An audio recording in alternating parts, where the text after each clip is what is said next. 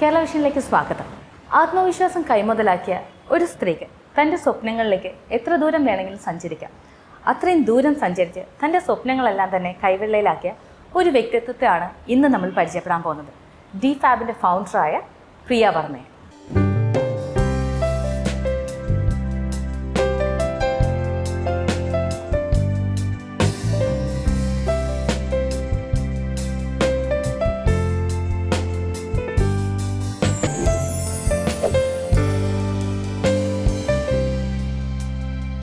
Hi ma'am.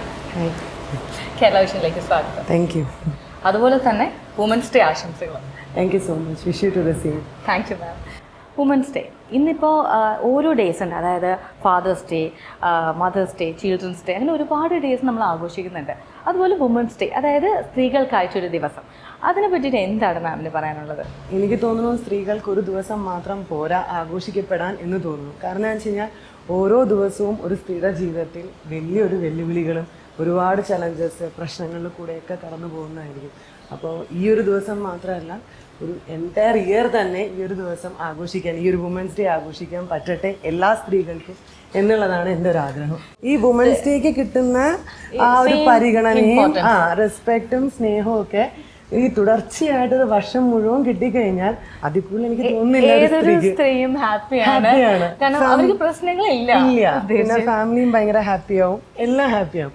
ഒരു സ്ത്രീ സന്തോഷവതിയാണെങ്കിൽ അവൾക്ക് ചുറ്റുമുള്ള എല്ലാം സന്തോഷത്തിലാവുന്നുള്ളതാണല്ലോ നമ്മൾ പറയുക. അതെ, തീർച്ചയായിട്ടും.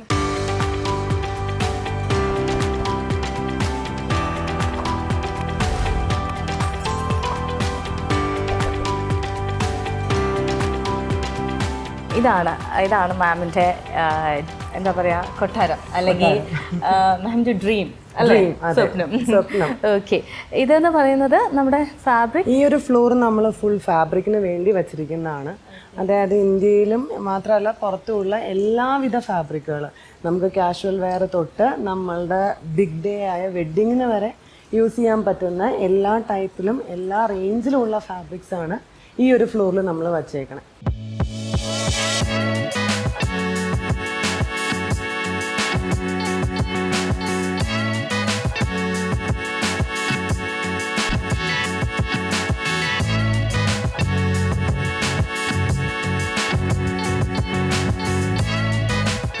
ഈ ഒരു ഫീൽഡിലേക്ക് വരാനുണ്ടായ കാരണവും നമ്മൾ വന്നിട്ട് നമ്മൾ ഫേസ് ചെയ്യുന്ന കാര്യങ്ങളും.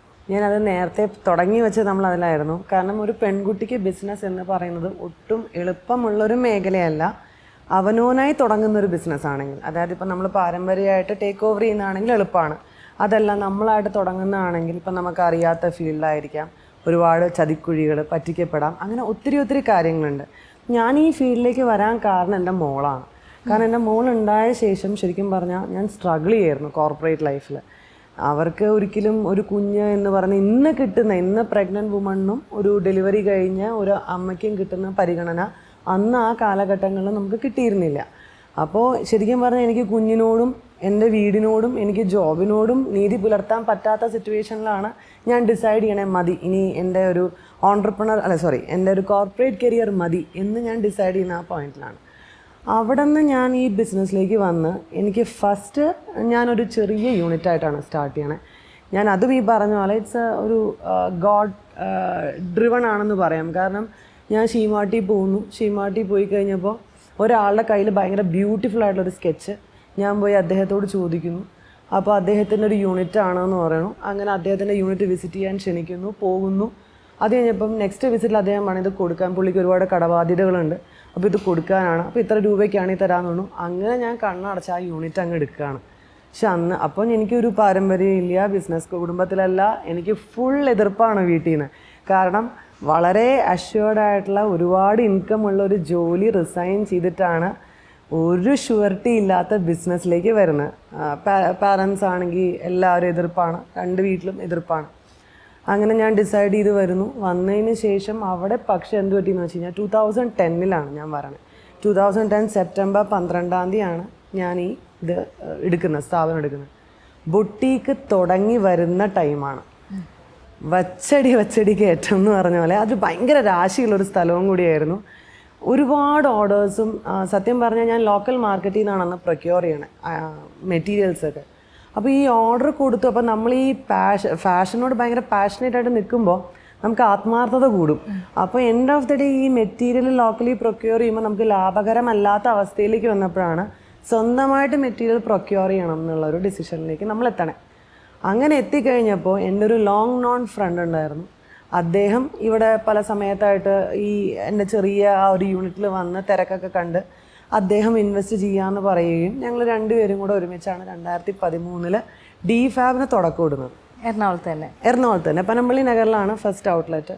അപ്പോൾ ഭയങ്കര വലിയൊരു അംബീഷനായിട്ടാണ് നമ്മൾ DFAB തുടക്കം ഇടുന്നത്. കാരണം ഓൾ ഇന്ത്യയിൽ ഫുൾ കറങ്ങി നമുക്കൊരു ഐഡിയ ഇല്ല, ആരും പറഞ്ഞു തരാനില്ല. എവിടെ ആകെ അറിയുന്ന കോട്ടനും സിൽക്കും എന്ന് പറഞ്ഞ 2 സെഗ്മെൻറ്റിൽ നിന്ന് സിൽക്കിൻ്റെ വേരിയൻസ്, കോട്ടൻ്റെ വേരിയൻസ്, പല ടൈപ്പ് ഓഫ് ഫാബ്രിക്, റെഡിമെയ്ഡ്സ് എന്നുള്ള ഒരു വലിയ മാർക്കറ്റിൽ സത്യം പറഞ്ഞാൽ എന്താ ചെയ്യേണ്ടതെന്ന് അറിയാണ്ട് നിന്ന ഒരാളായിട്ട് എനിക്ക് ഇപ്പോഴും ഓർമ്മയുണ്ട്. കാരണം സൂരത് മാർക്കറ്റിൽ പോയിട്ട് ഞാൻ കരഞ്ഞിട്ടുണ്ട്. ആ നടു റോഡിൽ നിന്നിട്ട് എനിക്ക് ഐഡൻറ്റിഫൈ ചെയ്യാൻ പറ്റില്ല. കാരണം സൂരത് എന്ന് പറയുന്നത് 2 കാര്യങ്ങൾക്കാണ് ഫേമസ്, ഡയമണ്ടിനും ടെക്സ്റ്റൈലിനും. ഇപ്പം നമുക്ക് നോക്കിയാൽ ചുറ്റോട് ചുറ്റും കടക്കാരാണ്, പക്ഷെ എനിക്ക് വേണ്ട ഗുഡ്സ് എനിക്ക് കിട്ടുന്നില്ല. നമുക്ക് മെറ്റീരിയൽസ് എടുക്കാൻ അറിയില്ല ആ സമയങ്ങളിലല്ലേ? എടുക്കാൻ അറിയാത്തതല്ല, എനിക്ക് വേണ്ട മെറ്റീരിയൽ എവിടെയാണ് കിട്ടണേന്ന് എനിക്കറിയില്ല. കാരണം എന്ന് വെച്ചാൽ അത്ര അധികം ഷോപ്പാണ്. നമ്മൾക്ക് ഒരാഴ്ച സമയം പോയിട്ട് ഒരു മാസം ഉണ്ടെങ്കിൽ കണ്ടുപിടിക്കാൻ പറ്റാത്ത അവസ്ഥയിലാണ് ഞാൻ ഫസ്റ്റ് സൂരറ്റ് പോകുമ്പോൾ നിൽക്കണത്. അവിടെ ഒരു സപ്ലയറിൻ്റെ അടുത്ത് പോയി ഞാൻ ഒരൊറ്റ കരച്ചിലാണ്, എനിക്ക് ഈ ഇന്ന സാധനമാണ് വേണ്ടത്, ഇതെനിക്ക് കിട്ടുന്നില്ല എന്ന് പറഞ്ഞാൽ പറഞ്ഞതും എൻ്റെ കണ്ണിൽ നിന്ന് കുടുകൂടാന്ന് അങ്ങ് സങ്കടം വന്നു, കണ്ണീര് വന്നു. അപ്പോൾ അയാൾക്ക് ഭയങ്കര അപ്സെറ്റ് അയാൾ കണ്ടപ്പോൾ. അപ്പോൾ അയാൾ കുറേ ഫോണൊക്കെ വിളിച്ച് ഇന്ന സ്ഥലമാണ്. അങ്ങനെയാണ് സത്യം പറഞ്ഞാൽ ഒരാളിൽ നിന്ന് വേറൊരാളിൽ നിന്ന് മറ്റൊരാളിലേക്ക് അങ്ങനെ ഡോട്ട്സ് കണക്ട് ചെയ്തിട്ടാണ് ഞാൻ എൻ്റെ പ്രൊക്യൂർമെൻറ്റ് സെറ്റാക്കി എടുക്കുന്നത്. പക്ഷെ അപ്പോൾ എന്ത് പറ്റി, ഞാൻ ശരിക്കും പറഞ്ഞാൽ പ്രൊക്യൂർമെൻറ്റും ഡിസൈനിങ്ങും മാർക്കറ്റിങ്ങും മാത്രം കോൺസെൻട്രേറ്റ് ചെയ്യുന്ന ഞാൻ ഇപ്പുറത്ത് ചതിക്കപ്പെടുക എന്ന് ഞാൻ അറിഞ്ഞേയില്ല സത്യം പറഞ്ഞു കഴിഞ്ഞാൽ. കാരണം നമ്മൾ ഓൾ ഇന്ത്യയിൽ ബ്രാൻഡ് എസ്റ്റാബ്ലിഷ് ചെയ്യാനായിട്ട് ഓടി നടക്കുന്ന സമയത്ത് ഐ ഹാഡ് ദാറ്റ് പാർട്ട്ണർ. ആ പാർട്ട്ണർ ശരിക്കും നമ്മളെ പൈസ മുതലെടുത്തുകൊണ്ടിരിക്കുകയായിരുന്നു. കാരണം ഞാൻ ബൊട്ടീക്ക് തുടങ്ങിയിട്ട് പിന്നെ എനിക്ക് തിരിഞ്ഞു നോക്കേണ്ടി വന്നിട്ടില്ല എന്നുള്ളതാണ് സത്യം. ഭയങ്കര ഗോഡ് ബ്ലെസ് ടൈമായിരുന്നു അത്. കാരണം നമ്മൾ വിചാരിക്കുന്നേക്കാൾ കൂടുതൽ ബിസിനസ്, വിചാരിക്കുന്നേക്കാൾ കൂടുതൽ കസ്റ്റമേഴ്സ്. ഇന്നും പല കസ്റ്റമേഴ്സും കോട്ട് ചെയ്യുന്ന, നിങ്ങൾ പനമ്പള്ളി നഗറിൽ ഭയങ്കര സംഭവമായിരുന്നു.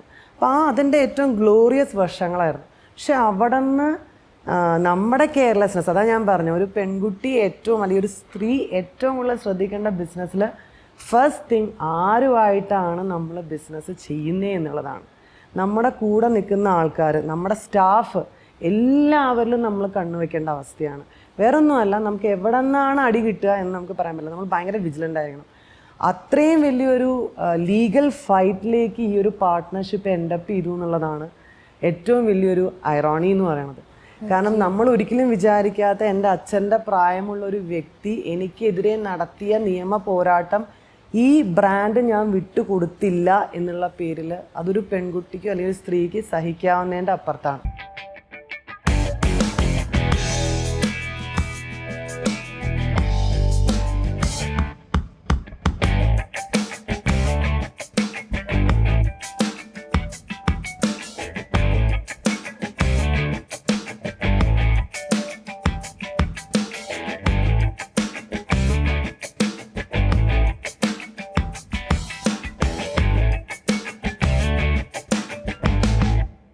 ഈ കോട്ടയം കൊച്ചിൻ നമ്മൾ ഒരേ ടൈം ഓപ്പൺ ചെയ്തേ? അതെ 2014 കോട്ടയം വന്നു, 2013 കൊച്ചിൻ.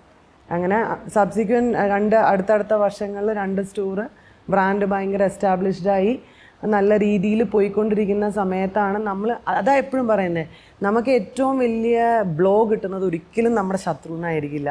നമ്മളുടെ ഏറ്റവും സ്വന്തമെന്ന് വിശ്വസിക്കുന്ന മിത്രത്തിൽ നിന്നായിരിക്കും ഏറ്റവും വലിയ ബ്ലോ കിട്ടുക. പക്ഷെ അതാണ് ബിസിനസ്സിൻ്റെ ഏറ്റവും വലിയ ഒരു ചതിക്കുഴി എന്ന് പറയാം. കാരണം ബിസിനസ്സിൽ നമ്മൾ പറയില്ല, കോൺസെൻട്രേറ്റ് ചെയ്യേണ്ട ഏറ്റവും വലിയ കാര്യം നമ്മുടെ ടീമിനെയാണ്, പുറത്തെ ആളെയല്ല. നമ്മുടെ ഉള്ളിൽ തന്നെ നമ്മൾക്ക് കണ്ണുണ്ടാവണം, 100% അലേർട്ടായിരിക്കണം. കാരണം ഒരു സ്ത്രീ പകച്ചു പോകുന്നതും ഒരു സ്ത്രീ ദുർബലയാവുന്നതും അല്ലെങ്കിൽ ഒരു സ്ത്രീ വീക്കായി പോകുന്ന എല്ലാ സിറ്റുവേഷൻസിലും കൂടെ ഞാൻ പോയിട്ടുണ്ട്. അപ്പോൾ അതിലൊക്കെ എന്നെ ഫൈറ്റ് ചെയ്യാൻ തന്ന ഒരേ ഒരു ഊർജ്ജം എന്താണെന്നറിയോ, ഈ DFAB-ആണ്. ശരിക്കും പറഞ്ഞാൽ എൻ്റെ മകൾ പറയും, I am your biological mother, I am your biological daughter and DFAB is your unbiological child എൻ്റെ അടുത്ത് പറയുന്നതാണ്. അപ്പോൾ ഞാൻ പറയും എനിക്ക് രണ്ടുപേരും ഒന്ന് തന്നെയാണ്. കാരണം ഞാൻ അത്രയും ഇതിലേക്ക് എത്തിപ്പെടാൻ വേണ്ടി ഞാൻ അത്രയും കഷ്ടപ്പെട്ടിട്ടുണ്ട് മേഘ്ന. കാരണം എനിക്ക് ഒരു ബെഡ് ഓഫ് റോസസേ ആയിരുന്നില്ല ബിസിനസ് എന്ന് പറയുന്നത്. പക്ഷേ ഒരു ഹാർഡ് ഫീലിങ്സും ഇല്ല. കാരണം എന്താ വെച്ചാൽ ഇതെല്ലാം പഠിച്ചതും ഇപ്പോൾ ഞാൻ പഠിക്കുന്നതും ഇനി പഠിക്കാൻ പോകുന്നതും ഞാനായിട്ട് കണ്ടുപിടിച്ച ഒരു കാര്യത്തിൽ നിന്നാണ്.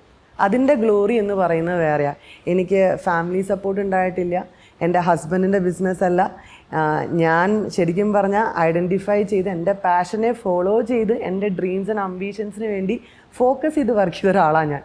ഓക്കെ, ഞാനത് ചോദിക്കാനിരിക്കുകയായിരുന്നു. കാരണം നമ്മൾ ഇങ്ങനൊരു ബ്രാൻഡിലേക്കൊക്കെ നമ്മൾ എത്തുമ്പോൾ നോർമലി നമ്മൾ വിചാരിക്കില്ലേ നമുക്കൊരു ബാക്കപ്പ് ഉണ്ട്, അല്ലെങ്കിൽ ഒരു ബാക്കപ്പ് സപ്പോർട്ട് ഉണ്ട്. കാരണം എപ്പോഴും ഒരു നല്ല പൊസിഷനിലിരിക്കുന്ന ആൾക്കാർ നമ്മൾ കാണുമ്പോൾ അവർ ആ സപ്പോർട്ട് കൊണ്ട് വന്നതാണ് എന്ന് എപ്പോഴും പറയും. അപ്പോൾ ഈ ഒരു സപ്പോർട്ടും ഇല്ലാതാണ് ഈ ഒരു ബ്രാൻഡ് നെയിമിലേക്ക് നമ്മൾ എത്തിയിരിക്കുന്നത്. അതെ. അപ്പോൾ ഈ സ്ട്രഗിൾ ചെയ്ത കാര്യം പറഞ്ഞു. അപ്പോൾ എന്തൊക്കെ കാര്യങ്ങൾ അന്ന് ഫേസ് ചെയ്യേണ്ടി വന്നിട്ടുണ്ട്? നമ്മൾ ശരിക്കും പറഞ്ഞു കഴിഞ്ഞാൽ എൻ്റെ ഒരു ഏറ്റവും മുകളിലിരിക്കുന്ന ടൈമിൽ നിന്നുള്ള വീഴ്ചയുണ്ടല്ലോ, അതിൻ്റെ ആഘാതം ഭയങ്കരമാണ്. നമ്മൾക്ക് മോണിറ്ററി ലോസോ അല്ലെങ്കിൽ നമ്മളുടെ ബിസിനസ് പരമായിട്ടുള്ള ലോസോ അല്ല അവിടെ പ്രശ്നം വരുന്നത്. അവിടുത്തെ പ്രശ്നം എന്ന് പറയുന്നത് നമ്മളുടെ ഡിപ്രഷനാണ്. നമ്മുടെ ഉള്ളിൽ നമ്മൾ ഫൈറ്റ് ചെയ്യേണ്ട നമ്മുടെ ഫ്രസ്ട്രേഷനും ആ ഒരു ഇറിറ്റേഷൻ, ആ ഒരു തോൽവിയാവോ തോൽപ്പിക്കുമോ എന്നുള്ള ഫീലിങ്ങിനെ എന്ന് ഓവർകം ചെയ്യാൻ പറ്റുന്നോ അന്ന് ദ വേൾഡ് ഇസ് യോസ്. കാരണം എന്താ വെച്ചാൽ നമ്മളെല്ലാ പെണ്ണുങ്ങളും ശരിക്കും പറഞ്ഞാൽ സ്റ്റംബിൾഡ് ആവുന്ന ഒരു ഏരിയ അതാണ്. എന്നെക്കൊണ്ട് ഇത് ചെയ്യാൻ പറ്റുമോ? ആ ക്വസ്റ്റ്യനാണ് എനിക്ക് തോന്നുന്നു എല്ലാ പെണ്ണുങ്ങളുടെയും ഒരു പോസ് ഇടുന്ന ഒരു സെൻറ്റൻസായിട്ട് എനിക്ക് ഫീൽ ചെയ്തിട്ടുണ്ട്. കാരണം എന്നെപ്പോലത്തെ ഒരു സാധാരണക്കാരിക്ക് ഇത്രയും ചെയ്യാൻ പറ്റുമെങ്കിൽ any person, any woman can do. ഈ ഒരു ബിസിനസ്സിലേക്ക് വന്നു കഴിയുമ്പോൾ നമുക്ക് ഐഡൻറ്റിഫൈ ചെയ്യേണ്ട കുറേ ഏരിയാസ് ഉണ്ട്. അതിന് thanks to my corporate life. കാരണം നമ്മൾ കോർപ്പറേറ്റിൽ വർക്ക് ചെയ്യുമ്പോൾ ശരിക്കും പറഞ്ഞാൽ അടിച്ച് ഒട്ടച്ച് നമ്മളെ പോളിഷ് ചെയ്താണ് തന്നെ. എനിക്കിവിടെ വരുമ്പോൾ നമ്മളുടെ ഏറ്റവും കീ എന്ന് പറയുന്നത് പ്രൊക്യൂർമെൻ്റ് ആണ്. നമ്മൾ സ്റ്റോക്ക് എടുക്കുക. ഈ സ്റ്റോക്കിൽ പല കാര്യങ്ങളുണ്ട്. അതായത് പ്രൈസിംഗ് ഉണ്ട്, മെറ്റീരിയലുണ്ട്, ഫാഷനുണ്ട്, ട്രെൻഡുണ്ട്, സ്റ്റൈലുണ്ട്. ഇതെല്ലാം നമ്മൾ മനസ്സിലാക്കുക എന്നുള്ളതാണ് ഫസ്റ്റ് ആൻഡ് മെയിൻ ഇമ്പോർട്ടൻ്റ് ആയിട്ടുള്ള കാര്യം. പിന്നെ ഒരിക്കലും ആദ്യത്തെ പർച്ചേസിൽ പറ്റിക്കപ്പെട്ടു എന്ന് പറഞ്ഞുകൊണ്ട് ഒരിക്കലും നമ്മൾ ഒരു ഹാർഡ് ഫീലിങ്സ് വെച്ച് നമ്മൾ ഡീമോട്ടിവേറ്റഡ് ആവരുത്. കാരണം നമ്മളൊരു കുഞ്ഞു പോലും വീണാണ് എഴുന്നേറ്റ് നിൽക്കുന്നത്, വീണ്ടും വീണാണ് ഓടാൻ പഠിക്കുന്നവരെ. അപ്പോൾ ആൾക്കാർ പറയും എന്നെ ബിസിനസ്സിൽ ആരും പറ്റിച്ചിട്ടില്ല. അത് ഏറ്റവും വലിയ നുണയാണ്. കാരണം എന്ന് വെച്ചാൽ ബിസിനസ്സിൽ പറ്റിക്കപ്പെടാത്തവരായിട്ട് ഈ ലോകത്ത് ആരും കാണില്ല എന്നുള്ളതാണ്. പക്ഷേ ആ പറ്റിക്കപ്പെടലിൽ നിന്ന് നമ്മൾക്ക് പഠിക്കുന്ന അല്ലെങ്കിൽ കിട്ടുന്ന അറിവുകൾ അത് ആക്സെപ്റ്റ് ചെയ്ത് ശരിയാണ് ഞാൻ പറ്റിക്കപ്പെട്ടു, പക്ഷേ ഇനി അത് ഞാൻ ആവർത്തിക്കില്ല എന്ന് മനസ്സിലാക്കി മുന്നോട്ട് പോകുന്ന സ്ഥലത്താണ് നമ്മളിൽ ഗ്രോത്ത് ഉണ്ടാവുക. ബിസിനസ്സിൽ ഏറ്റവും ഇമ്പോർട്ടൻ്റ് ആയിട്ടുള്ളൊരു ഒറ്റ വാക്കല്ലേ ഉള്ളൂ, ഗ്രോത്ത് ഇല്ലാത്തൊരു ബിസിനസ് എന്ന് പറഞ്ഞാൽ അത് ഇവൻച്വലി അത് എൻഡപ്പാവും. ഇപ്പോൾ എല്ലാവരും എൻ്റെ അടുത്ത് ചോദിക്കും പ്രിയ വർമ്മയുടെ പേഴ്സണൽ ബ്രാൻഡിങ് വേണം. അപ്പോൾ ഞാൻ ചോദിക്കും ഓക്കെ DFAB മാറ്റി നിർത്തിയാൽ നിങ്ങൾക്ക് പ്രിയ വർമ്മയെക്കുറിച്ച് പറയാനുള്ള 10 കാര്യങ്ങൾ പറ. ഓക്കെ, അപ്പോൾ പറയാനില്ല. കാരണം എന്താ വെച്ച് കഴിഞ്ഞാൽ പ്രിയ വർമ്മ എന്നൊരു വ്യക്തി ഉണ്ടെങ്കിൽ അത് DFAB കൂടിയാണ്. DFAB നിലനിൽക്കുന്നത് പ്രിയ വർമ്മയെ കൂടിയാണ്. അത് രണ്ടും മഴ വിരിഞ്ഞാണ് കിടക്കുന്നത്, അത് പിരിക്കാൻ പറ്റില്ല. അപ്പോൾ ഈ നമ്മൾക്ക് പറ്റുന്ന അബദ്ധങ്ങൾ, നമുക്ക് പറ്റുന്ന പറ്റിക്കലുകൾ, ഇതിനകത്തെ എല്ലാം പഠിച്ച് ഒരുപാട് പേര് കുറ്റം പറയാനുണ്ടാവും. നമ്മുടെ സൊസൈറ്റി എന്ന് പറയുന്നത് ഗാലറിയിലിരിക്കുന്ന കാഴ്ചക്കാരെ പോലെയാണ്. അത് ചെയ്തത് ശരിയായില്ല, ഞാനായിരുന്നെങ്കിൽ ഇങ്ങനെ ചെയ്തേനെ, എൻ്റെ അടുത്തായിരുന്നെങ്കിൽ ഇത് നടക്കില്ലായിരുന്നു. ഇതെല്ലാ സ്റ്റേറ്റ്മെൻറ്റ്സും നമ്മൾ കേൾക്കും. പക്ഷേ അത് ഈ ചെവി കൂടെ കേട്ട് ഈ ചെവി കൂടെ കളഞ്ഞ് നമ്മളിൽ തന്നെ ഫോക്കസ് ചെയ്ത് നമുക്ക് വേണ്ടത് എന്താണോ അത് നോക്കി മാത്രം നിന്നാലേ നമ്മൾ സക്സസ്ഫുൾ ആവുള്ളൂ ബിസിനസ്സിൽ.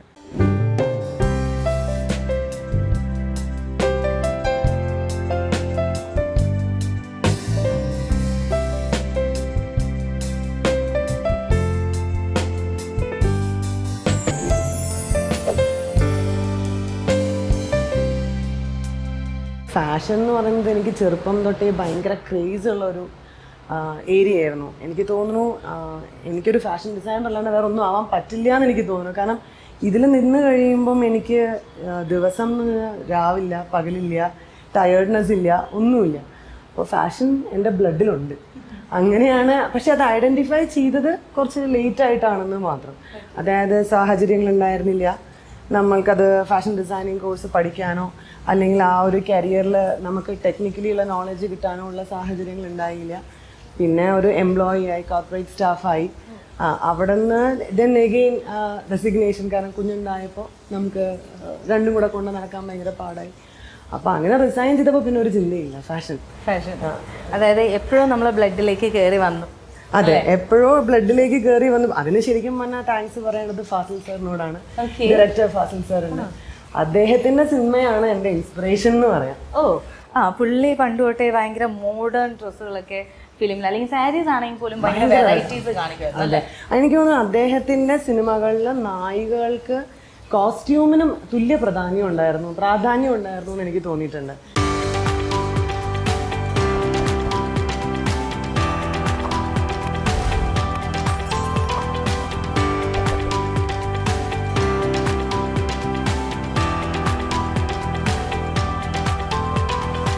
ആക്ച്വലി ഞാൻ ഫസ്റ്റ് ജോബിൽ ജോയിൻ ചെയ്യുന്ന സമയത്ത് എൻ്റെ HR ചോദിച്ചു, അന്ന് ഒരു 20 വയസ്സുള്ള കുട്ടിക്ക് കിട്ടുന്ന ഏറ്റവും ഹയസ്റ്റ് സാലറിയാണ് എനിക്ക് കിട്ടിയത്. അപ്പോൾ അദ്ദേഹം ചോദിച്ചൊരു ചോദ്യമാണ്, ഇത്രയും പൈസ ശമ്പളം കിട്ടിക്കഴിഞ്ഞാൽ എന്ത് ചെയ്യും ആ പൈസ വെച്ചിട്ട്? ഒരു ക്വസ്റ്റ്യൻ ആയിരുന്നു എൻ്റെ ഇൻ്റർവ്യൂവിൽ. അപ്പോൾ ഞാൻ പറഞ്ഞു, ഈ പൈസയൊക്കെ കൂട്ടി വെച്ച് ഞാനൊരു ബുട്ടീക്ക് തുടങ്ങി. പക്ഷെ അതെന്നെ ഓർമ്മിപ്പിച്ചത് എൻ്റെ എക്സ് കൊളീഗ് ഈ കടയുടെ ഇനോഗ്രേഷന് വേണ്ടി വന്നപ്പോഴാണ്. ഞാൻ 2013 ഇത് ഇനോഗ്രേറ്റ് ചെയ്യുമ്പോൾ ഓർമ്മയുണ്ടോ പ്രിയയ്ക്ക് അത് പറഞ്ഞതെന്ന് ചോദിച്ചപ്പോൾ സത്യം പറഞ്ഞാൽ ഞാൻ പോലും മറന്നുപോയൊരു കാര്യം ഇവൻച്വലി എൻ്റെ കയ്യിലേക്ക് അത് വന്നു എന്നുള്ളതാണ്. യാത്ര ഒട്ടും എളുപ്പമായിരുന്നില്ല. ബിസിനസ് എന്ന് പറയുന്നത് ഇന്നും ഒരു പെൺകുട്ടിക്ക് അല്ലെങ്കിൽ സ്ത്രീക്ക് വളരെ ദുർഘടം പിടിച്ച വഴിയാണ്. കാരണം കാലങ്ങൾ പോകുന്തോറും ബന്ധങ്ങൾ, നമ്മുടെ സുഹൃത്ത് ബന്ധങ്ങൾ അല്ലെങ്കിൽ നമ്മുടെ പാർട്ട്ണർഷിപ്പ് അല്ലെങ്കിൽ നമ്മുടെ ബിസിനസ് പരമായിട്ടുള്ള എല്ലാ ബന്ധങ്ങളും കോംപ്ലിക്കേഷൻസ് ആവും.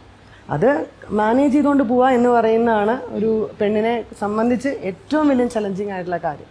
അപ്പം ഞാനൊരു ഗോ ഗെറ്റർ എന്ന് വേണമെങ്കിൽ പറയാം. എനിക്ക് ആഗ്രഹിച്ചൊരു കാര്യം ഞാൻ എന്നോ മറന്ന സമയത്ത് ദൈവം വച്ച് നീട്ടിക്കഴിഞ്ഞപ്പോൾ ചാടി പിടിച്ച ഒരാളാണ്.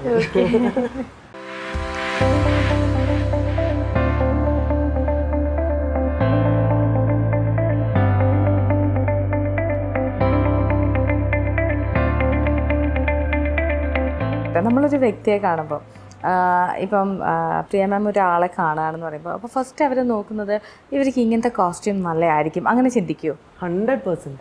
ഒരു പുറമെ വ്യക്തികളെ കാണുമ്പോൾ ഫസ്റ്റ് മൈൻഡിൽ വരുന്നത് അതായിരിക്കും അല്ലേ? ഈ ഒരു ഫീൽഡ് ആയതുകൊണ്ട് കോസ്റ്റ്യൂം ശ്രദ്ധിക്കും. ഇപ്പം നല്ല ഒരുങ്ങി നടന്നൊരു ലേഡി ഉണ്ടെങ്കിൽ നല്ലോണം. അപ്പോൾ എൻ്റെ അടുത്ത് ഹസ്ബൻഡ് കളിയാക്കുന്ന ആണുങ്ങൾ പോലും ഇങ്ങനെ വായി നോക്കില്ലല്ലോ എന്ന് പറഞ്ഞു. കാരണം എന്ന് വെച്ചാൽ അവരുടെ എല്ലാം നമ്മളെങ്ങനെയാണ് അവരെ തന്നെ ഗ്രൂം ചെയ്തേക്കണേ. അപ്പം നമുക്ക് ഓപ്പൺനെസ് ഒരു വലിയ ഇമ്പോർട്ടൻ്റ് ആയിട്ടുള്ള കാര്യമാണ്.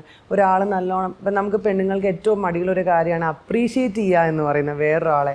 അപ്പോൾ ഞാനൊക്കെ പോയിട്ട് you look very beautiful today എന്ന് പറയുമ്പോൾ ഒരാളുടെ സ്മൈൽ എൻഹാൻസ്ഡ് ആവണ കാണാൻ തന്നെ നല്ല രസമാണ്. ഞാൻ മേഘന വന്നപ്പോൾ ഫസ്റ്റ് പറഞ്ഞാണ് your smile is very beautiful എന്ന് ഞാൻ പറഞ്ഞു. കാരണം നമ്മൾക്ക് ആ ഒരു അപ്രീസിയേഷൻ കൊടുക്കാൻ ഭയങ്കര മടിയാണ്. പിന്നെ ഈ പറഞ്ഞ പോലെ സ്റ്റൈൽസ് നമുക്ക് ഒരുപാട് കാര്യങ്ങൾ പഠിക്കാൻ പറ്റും. കളർ കോമ്പിനേഷൻസ് നമ്മൾ ശ്രദ്ധിക്കും. ഇപ്പോൾ നോർത്തിലൊക്കെ പോയി കഴിഞ്ഞാൽ അവർ യൂസ് ചെയ്യുന്ന സ്റ്റൈല്, അവർ ഡ്രേപ്പ് ചെയ്യുന്ന രീതി, അവരുടെ പ്ലേസ്മെൻറ്റ്സ് ഓഫ് എംബ്രോയിഡറി ഒക്കെ വ്യത്യസ്തമാണ്. നമുക്ക് ഒരുപാട് പഠിക്കാൻ പറ്റും. പുറമേ നിന്ന് ഒരുപാട് കാര്യങ്ങൾ പഠിച്ച് അത് ഇംപ്ലിമെൻറ്റ് നമുക്ക് ഇവിടെ ചെയ്യാൻ പറ്റും. കുറച്ചൊക്കെ 2 സോണാണല്ലോ. അപ്പോൾ ഈ നോർത്ത് ഇന്ത്യയിലുള്ള ടൈപ്പ് ഓഫ് പല എംബ്രോയിഡറീസോ അല്ലെങ്കിൽ വലിയ വലിയ മോട്ടീവ്സോ ഇവിടെ പോവില്ല. പക്ഷെ നമുക്ക് അതിൽ നിന്നൊക്കെ കുറേ കാര്യങ്ങൾ മനസ്സിലാക്കാനും അതെന്ത് ഇവിടെ നമുക്ക് അതിനെ റീക്രിയേറ്റ് ചെയ്യാൻ പറ്റും, അങ്ങനെ കുറേ കാര്യങ്ങളൊക്കെ പഠിക്കാൻ പറ്റും. ന്യൂ എൻ്റർപ്രണർ അല്ലെങ്കിൽ ഒരു കുട്ടി ഒരു പുതിയ സ്ഥാപനം സ്റ്റാർട്ട് ചെയ്യണമെന്ന് ആലോചിക്കുമ്പം എനിക്ക് പ്രിയ മാമിനെ പോലെ ആവണം, അല്ലെങ്കിൽ എനിക്ക് പ്രിയ മാമിന് അത് അങ്ങനെ ചിന്തിക്കാൻ പറ്റണം അല്ലേ? അതെ, തീർച്ചയായിട്ടും. കാരണം ഇന്നത്തെ കാലഘട്ടത്തിൽ business is directly related to മണിയാണ്. എല്ലാവരും ചിന്തിക്കുന്നത് എന്താണെന്നറിയോ? പൈസ ഉണ്ടെങ്കിൽ ബിസിനസ് ചെയ്യാം. ഒരിക്കലുമല്ല, തെറ്റാണ്. ബിസിനസ് ചെയ്യാനുള്ള മനസ്സും കാഴ്ചപ്പാടും ശക്തിയും ഉണ്ടെങ്കിൽ പൈസ ഒരു ടൂൾ മാത്രമാണ്. പൈസ വന്നിരിക്കും നമ്മുടെ കയ്യിൽ. ഞാൻ നേരത്തെ മേഘനോട് പറഞ്ഞു ഒരു 3 C ഉണ്ട് നമ്മുടെ ലൈഫിൽ എന്ന് ഞാൻ പറഞ്ഞു. അതായത് ക്രിയേറ്റീവായിട്ട്, കോൺഷ്യസ് ആയിട്ട്, കൺസിസ്റ്റൻ്റ് ആയിട്ട് നമ്മൾ വർക്ക് ചെയ്താൽ മാത്രമേ നമ്മുടെ അംബീഷനിലേക്ക് നമുക്ക് എത്താൻ പറ്റുള്ളൂ മേഘന. ബാക്കിയെല്ലാം പിന്നെ ലോട്ടറി അടിക്കുന്ന പോലെ. ലോട്ടറി അടിക്കുന്ന ഒരുപാട് ആൾക്കാർ നമ്മുടെ ചുറ്റുമുണ്ട്. പക്ഷെ എനിക്ക് ലോട്ടറി അടിക്കാത്ത ഒരാളാണ്. ഞാൻ കഷ്ടപ്പെട്ട് പോയി പണിയെടുത്ത് ഞാൻ ഈ ഒരു ലെവലിലേക്ക് എൻ്റെ ബിസിനസ്, എൻ്റെ ഡ്രീമിനെ ഞാൻ എസ്റ്റാബ്ലിഷ് ചെയ്ത ഒരാളാണ്. ഡ്രീമിലേക്ക് എത്താൻ വേണ്ടി ഒരുപാട് സ്ട്രഗിൾ ചെയ്ത് വന്ന് സക്സസ് ആക്കിയ വ്യക്തി. ഒരുപാട് സക്സസ് എന്ന് പറയുന്നത് ഇപ്പം ഓരോരുത്തരുടെയും സക്സസ് വേർഷൻ പല വിധമാണ്. ഇപ്പം എൻ്റെ സക്സസ് വേർഷൻ എന്ന് പറഞ്ഞാൽ ഇന്ന് ഈ ചിരിച്ച് സംസാരിക്കുന്ന ഞാനാണ് എൻ്റെ ഏറ്റവും വലിയ സക്സസ്. കാരണം എന്താണെന്ന് വെച്ച് കഴിഞ്ഞാൽ ഇതൊന്നും ശരിയാവില്ല, ഇതെല്ലാം എൻ്റെ കയ്യിൽ നിന്ന് പോയി എന്ന് ചിന്തിച്ചെടുത്തുനിന്നും ഞാൻ വിചാരിച്ചാൽ മാത്രമേ ഇത് ശരിയാകുള്ളൂ എന്ന് മനസ്സിലാക്കിയെടുത്താണ് എൻ്റെ സക്സസ് സ്റ്റാർട്ട് ചെയ്തത്. ഞാൻ പറഞ്ഞല്ലോ എനിക്ക് പാർട്ട്ണർഷിപ്പിലൊരു ബുദ്ധിമുട്ടുണ്ടായെന്ന് പറഞ്ഞല്ലോ. അപ്പം ഞാൻ അദ്ദേഹത്തിൻ്റെ അച്ഛനെ പോലെ സ്നേഹിച്ചൊരു വ്യക്തിയാണ്. എൻ്റെ അച്ഛൻ്റെ പ്രായമാണ്, രണ്ടുപേർക്കും ഒരേ സെയിം നെയിമുമാണ്. അന്ന് ഈ പുള്ളി എന്നെ ഉപദ്രവിച്ചപ്പോൾ എൻ്റെ മനസ്സിൽ മുഴുവൻ വൈരാഗ്യവും ദേഷ്യവും ആ റേജും ആ ഒരു അഗ്രസീവ്നെസ്സും, ചെറിയ പ്രായവും. അപ്പോൾ എന്ന് വെച്ചാൽ എങ്ങനെ അയാളെ നശിപ്പിക്കണം, അത് ഇത് ആ ഒരു ചൊരത്തിളപ്പിൽ ഞാൻ അങ്ങനെ നിൽക്കുകയാണ്. പക്ഷേ യു വോണ്ട് ബിലീവ്, ഞാൻ ശരിക്കും പറഞ്ഞാൽ താഴോട്ടായിരുന്നു ആ സമയങ്ങളിൽ പോയിരുന്നത്. എൻ്റെ മനസ്സിൽ ഈ ഒരു രീതിയിലുള്ള ചിന്താഗതി ഉണ്ടായിരുന്നപ്പോൾ ഞാൻ എൻ്റെ കരിയറിൽ ഏറ്റവും ബോട്ടം ലൈൻ കണ്ട ഒരാളാണ് ആ സമയം. മീൻസ് നമ്മളെ ബിസിനസ് പോലും നമുക്ക് ശ്രദ്ധിക്കാൻ പറ്റുന്നില്ല, നമ്മുടെ ബിസിനസ്സിൽ ചലഞ്ചസ്. അപ്പം നമ്മളുടെ മനസ്സിലെന്താ, ബിസിനസ് അല്ല, ഇയാളോട് എനിക്ക് പക പോക്കണം, revenge. At least whatever happens to that particular person, I am not concern, I just tried. ആ ട്രൈ എങ്കിലും ഞാൻ ചെയ്തു എന്നുള്ള ആ ഒരു നേച്ചറിലായിരുന്നു ഞാൻ നിന്നിരുന്നത്. പക്ഷേ ഇത് മാറ്റിമറിച്ചൊരു ഫോൺ കോൾ ഉണ്ട് എൻ്റെ ലൈഫിൽ. അതായത് ഒരു വളരെ മുതിർന്നൊരു വ്യക്തി, സൊസൈറ്റിയിലും കരിയറിലും മുതിർന്നൊരു വ്യക്തി എന്നെ വിളിച്ച് ഈ ഒരു ഇഷ്യൂസൊക്കെ സംസാരിച്ച സമയത്ത് എൻ്റെ അടുത്ത് പറഞ്ഞൊരു വാക്കുണ്ട്, Priya, always remember success is the best revenge. അത് ആ ഫോൺ വച്ചിട്ടും ആ സെൻറ്റൻസ് എൻ്റെ മനസ്സിൽ നിന്ന് പോയി ഇല്ല എന്നുള്ളതാണ് ഏറ്റവും വലിയ സത്യം. ഒരു നാമം ചൊല്ലുന്ന പോലെ ഞാനത് പറഞ്ഞുകൊണ്ടിരിക്കുകയായിരുന്നു, success is the best revenge, success is the best revenge എന്ന്. അപ്പോൾ അതിനു വേണ്ടി ഞാൻ വർക്ക് ചെയ്ത സമയത്ത് മേഘ്ന, ഞാൻ പറയുന്ന കള്ളമല്ല, എൻ്റെ മുമ്പിലുണ്ടായിരുന്ന എല്ലാ കാര്യങ്ങളും ഷിഫ്റ്റായി. Money started to come in from so many ways. അതായത് കടം കൊടുത്ത പൈസ, കിട്ടില്ല എന്ന് വിചാരിച്ച പൈസ പോലും കറക്റ്റായിട്ട് തിരിച്ചു കൊണ്ടു തന്നു. പല രീതിയിൽ നമുക്ക് പോസിറ്റീവ് സൈൻസ് ആണ്. എംപ്ലോയീസ്, നമുക്ക് സ്റ്റോക്ക്, സപ്ലയേഴ്സ് പറയും, മാഡം എന്തിനാ ടെൻഷൻ അടിക്കണേ, ഞങ്ങളില്ലേ, യു കം ടു ട്രാക്ക്, കാം കർക്കെ ദിക്കാവോ എന്നാണ് എൻ്റെ അടുത്ത് പറയണത്. അപ്പോൾ നമുക്കത് കേൾക്കുമ്പോൾ വരുന്ന ഒരു എനർജിയും ഉണ്ട്. അവിടെ നിന്ന് സ്റ്റാർട്ട് ചെയ്യാം. അപ്പോൾ എന്നെ സംബന്ധിച്ച് സക്സസ് എന്ന മേഖല ചോദിക്കുമ്പോൾ ഇന്ന് ഈ ഇരിക്കുന്ന ഞാനാണ് എൻ്റെ സക്സസ്. മീൻസ് എൻ്റെ മുൻപേ കാണുന്ന വ്യക്തിയാണ് സക്സസ് എന്ന് പറയുമ്പോൾ. കാരണം എന്ന് വെച്ച് കഴിഞ്ഞാൽ കരഞ്ഞ് നിലവിളിച്ച് എല്ലാം പോയി എന്ന് പറയേണ്ട സ്ഥലത്ത് ഒന്നും പോയിട്ടില്ല. ഞാൻ ഉള്ളിടത്തോളം കാലം ഡിഫാബ് ഉണ്ടാകും, ഡിഫാബ് നടുനിവർത്തി നിൽക്കും എന്ന് ചിന്തിച്ച ഒരു ആറ്റിറ്റ്യൂഡ് ഉണ്ടല്ലോ, അതിനെയാണ് എനിക്ക് സക്സസ് എന്ന് പറയാൻ പറ്റും.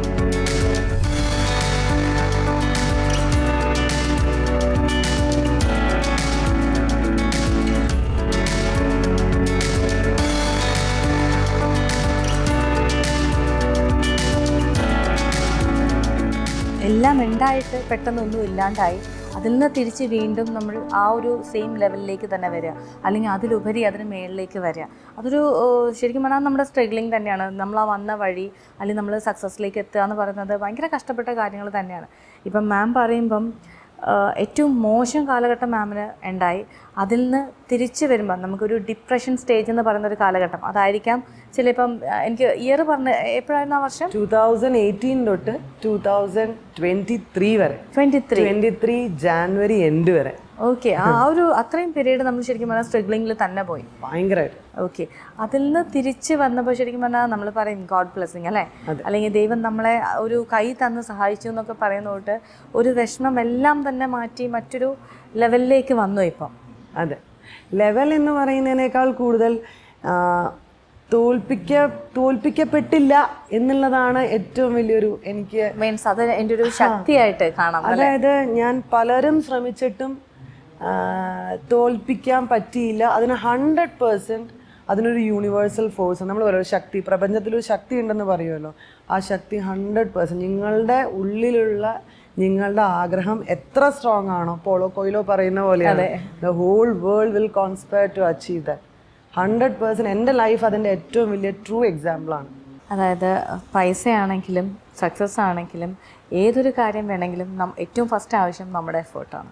ക്രിയേറ്റീവ്, ഞാൻ പറഞ്ഞല്ലോ, കോൺഷ്യസ്, കൺസിസ്റ്റൻറ്റ്, 3 C. ഈ 3 സി നമ്മൾ കോൺസെൻട്രേറ്റ് ചെയ്ത് മാത്രം. കാരണം എന്താ അറിയോ, ഞാൻ ഈ പ്രശ്നം വന്ന സമയത്ത് കൺസിസ്റ്റൻസ് ആ ഒരു വാക്ക്, അതിൻ്റെ മലയാളം പറയാൻ അറിയാത്തതുകൊണ്ടാണ്, എനിക്ക് എൻ്റെ അറിയില്ല അതിൻ്റെ കറക്റ്റായിട്ടുള്ള മലയാളം വേർഡ്. ഈ കൺസിസ്റ്റൻ്റ് എഫേർട്സ് കൊണ്ട് മാത്രമാണ് ഇന്ന് ഞാനിരുന്ന് ഇവിടെ സംസാരിക്കുന്നത്. കാരണം ഞാൻ 1,00,000 നോ കേട്ടിട്ടുണ്ട്, 2 യെസ്സാണ് ഞാൻ കേട്ടിട്ടുണ്ടാവുക ചിലപ്പോൾ. 1,00,000 നോയിൽ നമ്മൾക്ക് 100% സങ്കടം വരും, മനസ്സ് ഡിജക്റ്റഡ് ആവും, ഡിപ്രഷൻ വരും, ഒന്നും നേരെയാവില്ല എന്ന് തോന്നും. എൻ്റെ മുറിയാണ് ശരിക്കും പറഞ്ഞു കഴിഞ്ഞാൽ, എൻ്റെ ടെൻഷനും എൻ്റെ പ്രഷറും കണ്ടേക്കണ എൻ്റെ മുറി മാത്രമാണ്. മുറിക്കകത്തേക്ക് തകർന്നു പോകുന്ന ഒരാൾ മുറിക്ക് പുറത്തോട്ട് വരുന്നത് ഉറച്ച ഹൃദയത്തോടെയാണ്. ഞാൻ ശരിയാക്കും. എല്ലാ സ്ത്രീകൾക്കും എല്ലാ പെൺകുട്ടികൾക്കും അവരുടെ ഉള്ളിൽ തന്നെ അവരുടെ സ്ട്രോങ്ങസ്റ്റ് വേർഷൻ ഉണ്ട്. അത് ഐഡൻറ്റിഫൈ ചെയ്യേണ്ട സന്ദർഭങ്ങൾ ലൈഫിൽ 100% വരികയും ചെയ്യും. വളരെ കുറച്ച് ആൾക്കാർക്ക് ചിലപ്പം അതില്ല, വളരെ പീസ്ഫുൾ ആയിട്ടുള്ള ലൈഫിൽ കൂടെ അവർ പോകും. പക്ഷേ ഈ സ്ട്രെങ്ത് ഐഡൻറ്റിഫൈ ചെയ്യേണ്ട സമയത്ത് നമ്മൾ പകച്ച് നിൽക്കാതെ അതിനെ ഐഡൻറ്റിഫൈ ചെയ്യണം എന്നുള്ളതാണ് നമ്മുടെ റെസ്പോൺസിബിലിറ്റി. ഒരാളെ ബ്രേവ് ആക്കുന്നത് ആ ഫിയറിൽ നിന്നുകൊണ്ടും ആ ആക്ഷനിലേക്ക് പോകുമ്പോഴാണ്. ഇപ്പം ഞാൻ ഈ ഫൈറ്റ് നടത്തിയപ്പോൾ സത്യം ഐ വാസ് ഫിയർഫുൾ. ബിക്കോസ് ഞാൻ ഫൈറ്റ് ചെയ്യുന്ന ഒരു വ്യക്തിയോട് മാത്രമല്ല, അയാളുടെ പൈസയോടും കൂടെയാണ്. അപ്പോൾ ഐ വാസ് ഫിയർഫുൾ. കാരണം ഞാൻ വളരെ മിഡിൽ ഇൻകം ബാക്ക്ഗ്രൗണ്ടിൽ നിന്ന് വരുന്ന ഒരാളാണ്. അപ്പോൾ എനിക്ക് ചെയ്യാൻ പറ്റുമോ എന്നുള്ള കോൺഫിഡൻസ് കുറവ് ഉണ്ടായിരുന്നിട്ടും ആ ബ്രേവറിയാണ് ശരിക്കും പറഞ്ഞു കഴിഞ്ഞാൽ എന്നെ മുന്നോട്ട് നടത്തിച്ചത്. ഇല്ല, കാരണം എനിക്കൊരു കൾപ്രിറ്റായിട്ട് ആരുടെയും മുമ്പിൽ നിൽക്കണ്ട, പെർട്ടിക്കുലർലി എൻ്റെ മകളുടെ മുമ്പിൽ. എൻ്റെ മകൾ ഒരിക്കലും പറയരുതല്ലോ എൻ്റെ അമ്മയ്ക്കൊരു അബദ്ധം പറ്റി എന്നല്ല എൻ്റെ മകൾ പറയേണ്ടത്. എൻ്റെ മകൾ പറയേണ്ടത് എൻ്റെ അമ്മ ഒരാൾ പറ്റിക്കാൻ നോക്കി, and she fought back like a warrior. അപ്പം ഒരുപാട് സ്ട്രഗിളിങ്ങിലൂടെ മുൻപിലേക്ക് വന്ന് നിൽക്കുകയാണ് ഇപ്പം, അല്ലേ? അതെ. കാരണം വെയിറ്റിംഗ് ആണ് തീർച്ചയായിട്ടും, അതിൻ്റെ ഒരു റിസൾട്ടിന് വേണ്ടി വെയിറ്റിംഗ് ആണ്. അതെ അതെ, തീർച്ചയായിട്ടും. ഓക്കെ, നമുക്ക് തിരിച്ച് നമ്മുടെ ഡിഫാബിലേക്ക് തന്നെ വരാം. ഓക്കെ, ഇഷ്യൂസ് എന്ന് പറയുന്നത് ഈ ഒരു തീർച്ചയായിട്ടും കേട്ടോ, ഞാൻ വിഷ് ചെയ്തത് വുമൻസ് ഡേ വിഷ് ചെയ്താണ് തുടങ്ങിയത്. അപ്പോൾ ഒരു വുമൻസ് ഡേക്ക് തീർച്ചയായിട്ടും ഇങ്ങനൊരു സ്ത്രീയെ എനിക്ക് പരിചയപ്പെടാൻ പറ്റിയത് ഒരു വലിയ കാര്യമാണ്. എന്താണെന്ന് വെച്ചാൽ ഒരുപാട് എക്സ്പീരിയൻസ് തന്നെ ഇപ്പം മാമിനുണ്ട്. കാരണം ഈ വന്ന വഴി നമ്മൾ പുറമേ നിന്ന് കാണുമ്പോൾ വളരെ ചിരിച്ച് സന്തോഷവതിയായി നിൽക്കുന്നു. കാരണം ആ ഒരു ടൈമിൻ്റെ ഇടയിൽ, അല്ലെങ്കിൽ ഈ ഒരു സമയത്തിൻ്റെ ഇടയിൽ നമ്മൾ ഫേസ് ചെയ്യേണ്ടി വന്ന കാര്യങ്ങൾ എന്ന് പറഞ്ഞാൽ ചെറിയ കാര്യമൊന്നുമല്ല, നിസ്സാരമായ കാര്യമേ അല്ല. കാരണം വളരെ സ്ട്രഗിൾ ചെയ്തിട്ടാണ് ഇപ്പോൾ ഇരിക്കുന്നത്, അല്ലേ? അതെ അതെ, ശരിക്കും തീർച്ചയായിട്ടും ഞാൻ കേരള വിഷനോടാണ് നന്ദി പറയേണ്ടത്. കാരണം ഒരു പാരമ്പര്യമില്ലാത്ത ബിസിനസ്സിൽ സ്വയം കഷ്ടപ്പെട്ട് ഒരു ലേബൽ ഉണ്ടാക്കി ഉയർന്നു വരാൻ ശ്രമിക്കുന്ന ഒരു റിയൽ വുമൺ ഓൺട്രപ്രണറിനെ ഐഡൻറ്റിഫൈ ചെയ്ത് ഈ വുമൻസ് ഡേക്ക് നിങ്ങൾ എനിക്ക് ഇങ്ങനത്തെ ഒരു പ്ലാറ്റ്ഫോം തരിക എന്ന് പറയുന്നത് ശരിക്കും ഭയങ്കര ഗ്രാറ്റിറ്റ്യൂഡാണ് കേരള വിഷനോട്. കാരണം ഇത്രയും 15 വർഷത്തെ എൻ്റെ ഓൺട്രപ്രണർ ജേണിയിൽ ഞാൻ ഫസ്റ്റ് ടൈമാണ് ഒരാളിങ്ങനെ ചെയ്യണത് കണ്ടേക്കണത്. മാം പറഞ്ഞ ഒരു തോട്ട് ഞാൻ ഇതിലെടുക്കുകയാണ്. അതായത് റിവെഞ്ച് അല്ല, നമ്മൾ സക്സസ് ആയി ഇരിക്കുന്നതാണ് നമ്മുടെ റിവെഞ്ച്, അല്ലേ? അതെ. അപ്പം ആ ഒരു സക്സസ് മാം കാണിച്ചു. അതെ. ആരെന്ത് വേണമെങ്കിലും ചെയ്തോട്ടെ, അത് എന്നെ ബാധിക്കുന്നില്ല. എൻ്റെ സക്സസ് ആണ് എൻ്റെ റിവെഞ്ച്. കേരള വിഷന് വേണ്ടി ഈ വുമൻസ് ഡേക്ക് നമ്മളോടൊപ്പം ചേർന്നതിൽ ഒരുപാട് സന്തോഷമുണ്ട്. മാമിനെ കാണാൻ പറ്റിയതിലും പരിചയപ്പെടാൻ പറ്റിയതിലും thank you so much ma'am. So much.